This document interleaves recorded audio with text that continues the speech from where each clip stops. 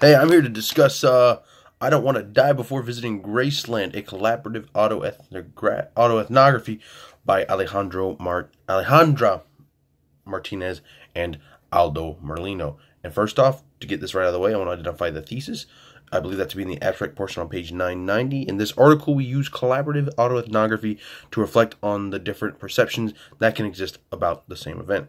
And I just believe it to be a nice summary of the paragraph as a whole, because basically the story tells of the same experience experienced both by Aldo and Alejandra of an Indian, or supposedly an Indian gentleman, having a dispute with between two black young gentlemen about 15 or 17 years old. Seems to be a rough estimate between both sides of the story. And they talk about how they use collaborative autoethnography to kind of underlie what the major issue here is from a critical standpoint. And first off, let's define collaborative autoethnography. And collaborative autoethnography is actually Alejandro and Aldo actually quote and define find a pretty decent definition for it. On the same page, 990, it says Norman Denzin, 2013, describes collaborative autoethnography as the co-production of autoethnographic text by two or more writers, off separated by time and distance. And in this particular case, it's more of a, with Aldo and Alejandro, it's more of a case of different perspectives and experiences throughout their past. And another interesting take that they use on autoethnography that I liked, and they actually do use a quote from Tanis Rowe, but I'm not going to use that one since we have discussed the surprise piece before. But one thing that Denzin believes about autoethnography that they quote is, autoethnography retells and reperforms significant life experiences.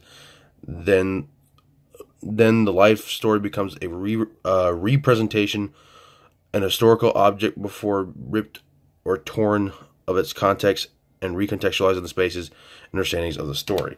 So basically, that's saying like autoethnography is kind of meant to is meant to have a story told, but purposely told to the point where it can be unpacked and dealt with evenly.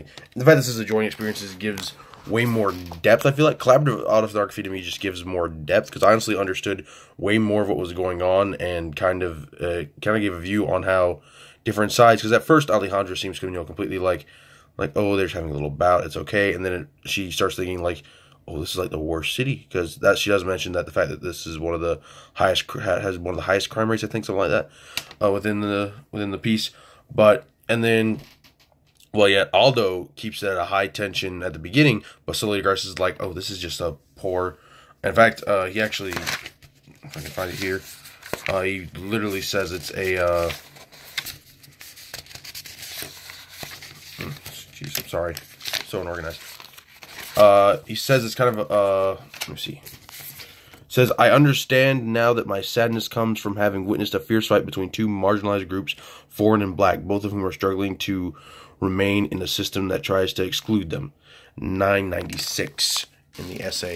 And that's kind of like really, really deep, because it's like, in that particular situation, what do you do? I mean, whose side do you take? Because, I mean, clearly, the boys were trying to take a swim, and, let off some heat, or avoid the heat. And this gentleman, is going off stereotypes. And I feel like, again, stereotypes just play a really crappy role in a lot of today's perception of African-American black people in general as a whole.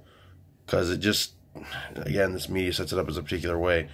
But, I mean, overall, the majority of this essay seems to talk about collaborative autoethnography and how it can be so useful. I really did like this essay just because of the fact that the collaborative autoethnography made it that much understandable. And to end this on a very true quote is that in our world, gender, age, poverty, and race combine to define the fate of a person. It's like, you think about that a little bit, it's kind of like, it's kind of true, sadly, in a lot of cases. But anyways, I guess the question I have is, is there any way we could use probably more of this collaborative autoethnography to dissect maybe a further issue of importance, something like that? But anyways, that's all I have. Thank you for listening.